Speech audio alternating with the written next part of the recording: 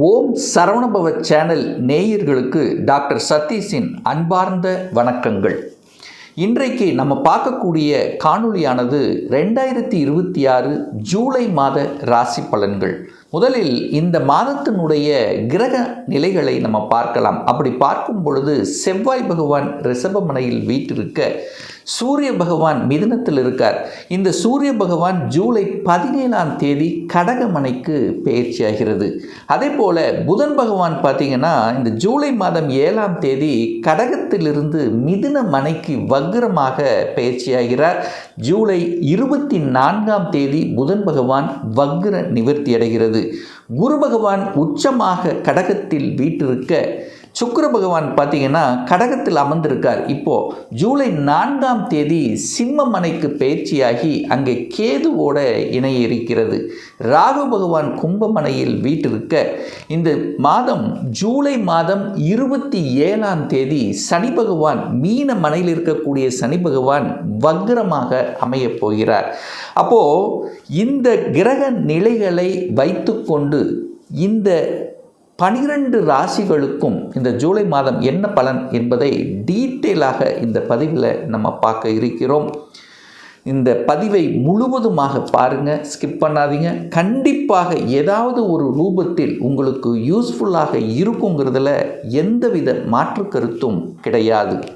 கன்னி ராசி அன்பர்களே, ஜூலை மாதம் என்ன பலன் எப்படி இருக்க போகுதுன்னு பார்க்கும் பொழுது, உங்கள் ராசிநாதன் என்று சொல்லக்கூடிய புதன் பகவான் வக்ரமாகி 10ஆம் இடமான தொழில் ஸ்தானத்தில் போய் உட்கார்ந்துருக்கு. அப்போ உங்கள் எண்ணங்கள், செயல்கள், சிந்தனைகள் எல்லாம் தொழிலை சார்ந்ததாகவே இருக்கும். அதில் எந்த மாற்று கருத்தில் அது வக்ரமாக இருக்கிறதுனால ரொம்ப அதனுடைய ஈடுபாடு ரொம்ப அதிகமாக இருக்கும். டென்ஷன் ஆகிட்டே இருப்பீங்க. ஒன்றும் நடக்க போகிறதில்ல, நல்லது தான் நடக்க போகுது. பட் என்ன, கொஞ்சம் அலைச்சல் திருச்சல் டென்ஷனுங்கிறது இருக்கும். மற்றபடி எந்த பாதிப்பும் ஏற்படுத்த போவதில்லை. கொஞ்சம் அங்கே சூரியன் இருக்கிறதுனால ஸ்ட்ரைட் ஃபார்வர்டாக இருப்பீர்கள். சூரியனைப் போல இருக்கக்கூடிய எண்ண ஓட்டங்கள் உங்கள் ஆழ்மனதில் இருந்து கொண்டு இருக்கும். அதில் எந்த மாற்று கருத்து இல்லை.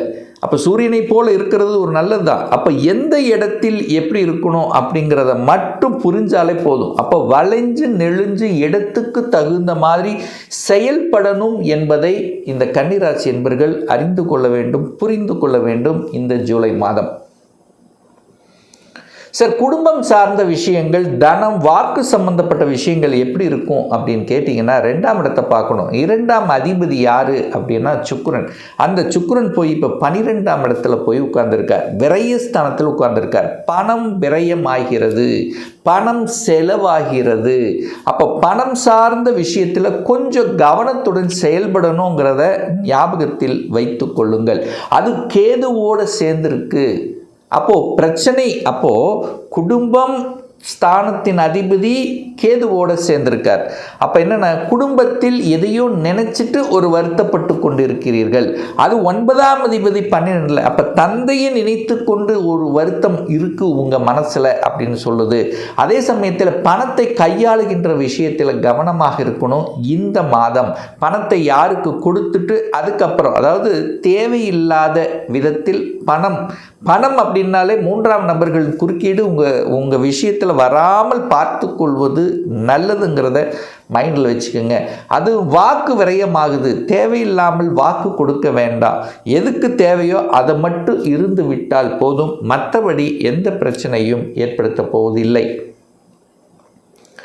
3ஆம் அதிபதி, முயற்சி ஸ்தானத்தின் அதிபதியாக இருக்கக்கூடியவர் யார் அப்படின்னா செவ்வாய் பகவான். அவர் 3ஆம் இடத்தை பார்க்குறார்.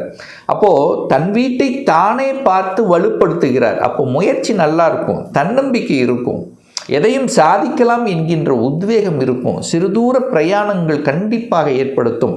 விற்பனை சம்பந்தப்பட்ட துறையில் இருக்கின்றவர்களுக்கு நல்லா இருக்கும், பட்டு ஜோராக இருக்கும். ஆழமாக யோசித்து செயல்படுவீர்கள் அப்படின்னு அர்த்தம். அப்போது விற்பனை, வியாபாரம், ஒப்பந்தங்கள் இதெல்லாம் கண்டிப்பாக நீங்கள் எதிர்பார்த்துட்டு இருப்பீங்க. அது சக்ஸஸ் கொடுக்கக்கூடிய நிகழ்வு இருக்குது. ஏன் சார் இப்படி இவ்வளோ ஸ்ட்ராங்காக சொல்கிறீங்கன்னா, உச்சமாக இருக்கக்கூடிய குரு பகவான் 11ஆம் இடமான லாபஸ்தானத்தில் அமர்ந்து கொண்டு தனது 5ஆம் பார்வையாக 3ஆம் இடத்தை பார்க்குறார். அப்போ குரு எங்கே பார்க்குறாரோ அந்த இடத்த வளர்த்தி விடுவார். அப்போ 3ஆம் இடத்தை பார்க்குறார், 3ஆம் இடத்தை பார்த்து வளர்த்துறார். 3ஆம் இடத்துல என்ன இருக்குது, தைரிய வீரியம் இருக்குது. ஒரு மனிதனுக்கு தன்னம்பிக்கை தைரியம் வேணும். அந்த தன்னம்பிக்கை தைரிய வீரியம் இந்த மாதம் உங்களுக்கு கிடைக்க போகுதுன்னு அர்த்தம். அப்போ துணிச்சலோடு செயல்படக்கூடிய ஆற்றல் இயல்பாகவே இந்த கன்னிராசி என்பவர்களுக்கு இந்த மாதம் இருக்கும். 4ஆம் அதிபதி சுகத்தை தரக்கூடியவன் யார் அப்படின்னா குரு பகவான் தான். குரு பகவான் 11ஆம் இடத்துல இருக்கார். அப்போ சுகம் சார்ந்த விஷயங்கள் நல்லவையாக இருக்கும் அப்படிங்கிற அர்த்தம். தாய் நன்றாக இருக்க போகிறாங்கன்னு அர்த்தம். தாய் சார்ந்த விஷயங்கள், தாய் கூட பிறந்தவங்க, தாய் வர்க்கம் ரீதியாக, ஸோ இதெல்லாமே உங்களோட சேர்ந்திருக்கக்கூடிய அவங்க சார்ந்த விஷயத்தில் ஒரு நல்லவைகள் நடக்கக்கூடிய அமைப்புங்கிறது இருக்குது. வீடு சம்பந்தப்பட்ட விஷயங்கள் நல்லா இருக்க போகுது. வீடு, மனை, இடம், இதை சம்பந்தப்பட்ட எண்ண ஓட்டத்தில் இருக்கிறவங்களுக்கு சக்ஸஸ் கொடுக்கும். வாங்கணும்னு ஆசைப்படுறீங்களா? தாராளமாக வாங்கலாம். அதில் எந்த குறைபாடும் ஏற்படுத்த போவதில்லை இந்த கன்னிராசி என்பவர்களுக்கு. ஒரு சிலருக்கு வீடு வாடகை தான் கட்டிகிட்டே இருக்கிறோமே, இது ஒரு 5-6 வருஷம் வாடகை கட்டியிருக்கோம், பேசாமல் அந்த கட்டின வாடகைக்கு ஒரு வீடு வாங்கியிருந்தா கூட பாதி குறைஞ்சிருக்குமே, இப்படியெல்லாம் உங்கள் எண்ணங்கள் தோணும்.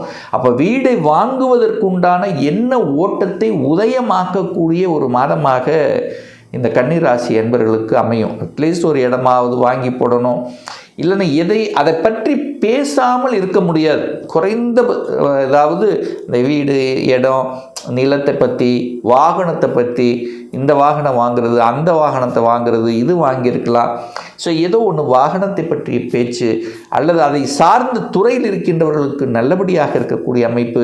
விவசாயத்தில் இருக்கக்கூடிய இந்த கன்னிராசி என்பவர்களுக்கு இந்த மாதம் நல்ல ஒரு தன்னம்பிக்கையோடு செயல்படக்கூடிய தன்மை, கொஞ்சம் ஒரு லாபங்கிறது கண்டிப்பாக எதிர்பார்க்கலாம். சுறுசுறுப்பு இருக்கும், சாதிக்கலாம் என்கின்ற எண்ணங்கள் இருக்கக்கூடிய அமைப்பு இந்த மாதம் உண்டு. 5ஆம் அதிபதி பூர்வ புண்ணிய ஸ்தானத்தின் அதிபதி, பஞ்சமஸ்தானத்தின் அதிபதி, காதல் ஸ்தானத்தின் அதிபதி என்று சொல்லக்கூடிய சனி பகவான் 7ஆம் இடத்தில் அமர்ந்து கொண்டிருக்கார். அந்த 7ஆம் இடத்தையும் அந்த 5ஆம் இடத்தையும் குரு பார்க்கிறார்.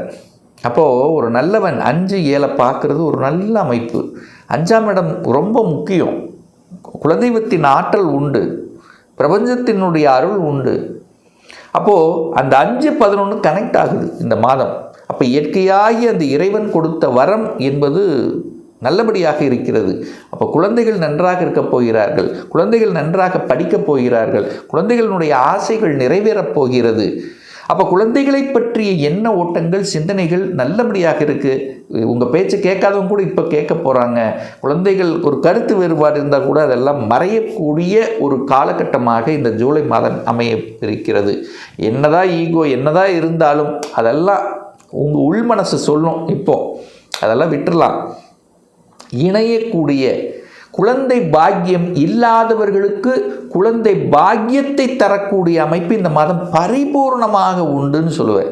ஏன்னா குழந்தை காரக கிரகமான குரு பகவான் உச்சமாக லாபஸ்தானத்தில் உட்கார்ந்து 5ஆம் இடத்தை பார்க்குறார், 5ஆம் அதிபதியையும் பார்க்குறார். அப்போது 100% குழந்தை பாக்கியத்துக்கு சக்ஸஸ் கொடுக்கக்கூடிய, சாதகமாக்கக்கூடிய ஒரு காலகட்டமாக இந்த ஜூலை மாதம் அமையிருக்கிறது. சார், திருமணம் சார்ந்த சுப காரியங்கள் ஏதாவது தடை உண்டா? நிச்சயமாக எந்த தடையும் இல்லை. 7ஆம் அதிபதியாக இருக்கக்கூடிய குரு பகவான் 7ஆம் இடத்தை பார்க்கிறார், தன் வீட்டை தானே பார்த்து வலுப்படுத்துகிறார். அப்போது இந்த வருடம், அதாவது இந்த குரு பயிற்சி ஆயிடுச்சல்ல, இப்போ இந்த வருடம் திருமணத்துக்கு எந்த தடை இல்லை. நிறைய கன்னிராசி என்பவர்களுக்கு திருமணம் சக்ஸஸ் கொடுக்கக்கூடிய ஒரு காலகட்டம். ஏற்கனவே திருமணமாகி டிவோர்ஸ் ஆனவர்கள் கூட ஒரு கேப் ஆயிடுச்சு, சரி இன்னொரு மறுமணம் செய்து கொள்ளலாம் என்கின்ற எண்ண உணர்வை கொடுத்து அதுவும் சக்ஸஸ் படுத்தக்கூடிய ஒரு காலகட்டம் தான். சார், நான் ஏற்கனவே காதலில் இருக்கிற, ரொம்ப நாளாக காதல் இருக்கிற, காதல் திருமணம் செய்யக்கூடிய அமைப்புகள், சந்தர்ப்பங்கள் உண்டு. அப்போது உங்கள் குடும்பத்துக்கு ஒரு உறுப்பினர் இணையக்கூடிய நிகழ்வு, ஒன்று குழந்தை பாக்கியத்தில் பிறந்து ஒரு என்ட்ரி அல்லது திருமணமாகி ஒரு என்ட்ரி. அப்போது குடும்பத்தில் ஒரு உறுப்பினர் இணைக்கக்கூடிய நிகழ்வு அப்படிங்கிறது நல்லபடியாக இருக்கிறது. ஒரு சிலர் கூட்டு தொழிலில் செய்யக்கூடிய எண்ணங்கள், சிந்தனைகள் உங்கள் மனசில் எழும். கணவன் அல்லது மனைவி 2 பேரில் செட்டில் ஆகலைன்னா அந்த வேலை கிடைக்கலன்னா இப்போ வேலை கிடைக்கக்கூடிய அமைப்பு, செட்டில் ஆகக்கூடிய அமைப்பு, 2 பேரும் சேர்ந்து எதையாவது ஒன்று செய்யணுங்கிற எண்ணத்தை உருவாக்கக்கூடிய அமைப்புகள் இதெல்லாம் நல்லபடியாக இருக்கிறது. அப்போது இந்த மாதம் நல்லதை செய்யக்கூடிய ஒரு மாதமாக அமைகிறது. சூரியனும் 10ல் இருக்கார், 10ல் திக்பலம் அடையுது. நிறைய பேர்த்துக்கு அரசாங்க மாற்றங்கள், அரசாங்கத்தில் இடமாற்றம், ப்ரமோஷன் கிடைக்கக்கூடிய அமைப்பு ரொம்ப சாதகமாக இருக்கிறது. அதுவும் சூரியன் இந்த ஜூலை 17க்கு அப்புறம் குருவோடு சேர்ந்து லாபஸ்தானத்தில் உட்காரப் போகிறார். நிறைய பெரிய மனிதர்களின் தொடர்புகளை கொடுக்கும். உயர் பதவிகள் கிடைக்கக்கூடிய அமைப்பு, அரசாங்கத்தின் மூலமாக அனுகூலங்கள், அரசாங்க ஒப்பந்தங்கள், அரசியல் ஈடுபடுபவர்களுக்கு நன்மைகள் நடக்கக்கூடிய அமைப்பு, இப்படி நல்ல விஷயங்கள், தந்தையின் மூலமாக நல்லவைகள் நடக்கக்கூடிய அமைப்புகள். ஸோ இப்படி தந்தை உங்களுக்கு பொறுப்பு தருவார். ஸோ இப்படி நல்ல விஷயங்கள் நடக்கக்கூடிய ஒரு நல்ல காலகட்டமாகவே இந்த கன்னி ராசிக்கு அமையிருக்கு அப்படிங்கிறத ஸ்ட்ராங்காக சொல்லலாம். வெளிநாட்டில் போய் படிக்கணும், வெளிநாட்டில் போய் வேலை பார்க்கணும், வெளிநாட்டில் குடியுரிமை வாங்கணும். ஸோ இந்த வெளிநாட்டை பற்றி சிந்தனைகள், வெளிநாட்டு தொடர்புடைய கம்பெனியில் வேலை பார்ப்பது அல்லது இம்போர்ட் எக்ஸ்போர்ட் சம்பந்தப்பட்ட துறையில் இருக்கிறவங்களுக்கெல்லாம் கூடுதல் ஆதாயத்தை தரக்கூடிய ஒரு நல்ல மாதம்தான் இந்த ஜூலை மாதம் கன்னிராசி அன்பர்களுக்கு. ஒரு நல்ல தெய்வ வழிபாடு எடுத்துக்கணும் அப்படின்னா, ஒரு தடவையாவது மதுரை மீனாட்சி அம்மனை தரிசித்து வருவீர்கள் என்றால் நிச்சயமாக உங்கள் மனசு, உங்கள் எண்ணம், உங்கள் செயல், சிந்தனைகள் சிறப்பு பெறும். அதில் எந்த வித மாற்று கருத்து இல்லை. மதுரை மீனாட்சி அம்மனை வணங்கி வருவீர்கள் என்றால் மனசு நல்லா இருக்கும், தொழிலும் நல்லா இருக்கும். இன்னும் ஒரு துல்லிய பலன் உங்களை பற்றி தெரிஞ்சுக்கணும். 2026 எப்படி இருக்க போகுது? சொந்த தொழிலா இல்லை வேலையா? எந்த கொடுப்பினை நமக்கு இருக்கிறது? இப்போ நான் +2 முடிச்சிட்டேன், எந்த கோர்ஸ் எடுத்து படித்தா நம்முடைய ஃப்யூச்சர் நன்றாக இருக்க போகுது? திருமணம் தடைப்பட்டு கொண்டே இருக்கு. எப்போ தான் சார் திருமணம் நடக்கும்? எப்போ வேலையில் ப்ரமோஷன் கிடைக்கும்? எப்போ நான் வீடு கட்டுவேன்? எப்போ குழந்தை பாக்கியம் அமையும்? இது போன்ற கேள்விகளுக்கு துல்லியமான பதிலை நம்மால் கூற முடியும். ஒரு பர்சனல் கன்சல்டேஷன் எடுத்துக்கணும், ஒரு சுயஜாதகம் பார்க்கணும் என்று விருப்பப்படக்கூடிய அன்பர்கள் டிஸ்பிளே தெரியக்கூடிய நம்பருக்கு வாட்ஸ்அப் மூலியமாகவோ ஃபோன் கால் மூலியமாகவோ தொடர்பு கொண்டு அப்பாயின்மெண்ட் பெற்றுக்கொண்டு நேரடியாகவோ அல்லது ஆன்லைன் மூலமாகவோ கன்சல்டேஷன் எடுத்துக்கலாம். நம்மளுடைய அலுவலகம் கோயம்புத்தூரில் அமைந்துள்ளது. அதாவது கோயம்புத்தூரிலிருந்து மேட்டுப்பாளையம் செல்லும் வழியில் வெள்ளக்கிணர் பிரிவு அன்னபூர்ணா ஹோட்டலுக்கு அருகாமையில் அமைந்துள்ளது. பிரியர் அப்பாயின்மெண்ட் வாங்கிட்டு நேரடியாக கன்சல்டேஷன் எடுத்துக்கலாம். நிச்சயமாக இந்த பதிவு ஏதாவது ஒரு ரூபத்தில் உங்களுக்கு யூஸ்ஃபுல்லாக இருக்கும். நம்ம சேனலை நீங்கள் ஃபஸ்ட்டு டைம் பார்ப்பவர்கள் என்றால் மறக்காமல் சப்ஸ்கிரைப் பண்ணிக்கிங்க. பக்கத்தில் இருக்கக்கூடிய பெல் பட்டன் மற்றும் ஆல் நோட்டிஃபிகேஷனை கிளிக் பண்ணும்போது நான் போடக்கூடிய அடுத்தடுத்த பதிவுகள் உங்களுடைய நோட்டிஃபிகேஷனில் வந்து சேரும். மீண்டும் ஒரு நல்ல பதிவில் உங்களை சந்திக்கும் வரை உங்களிடமிருந்து விடைபெறுவது உங்கள் அஸ்ட்ராலஜர் டாக்டர் சதீஷ்.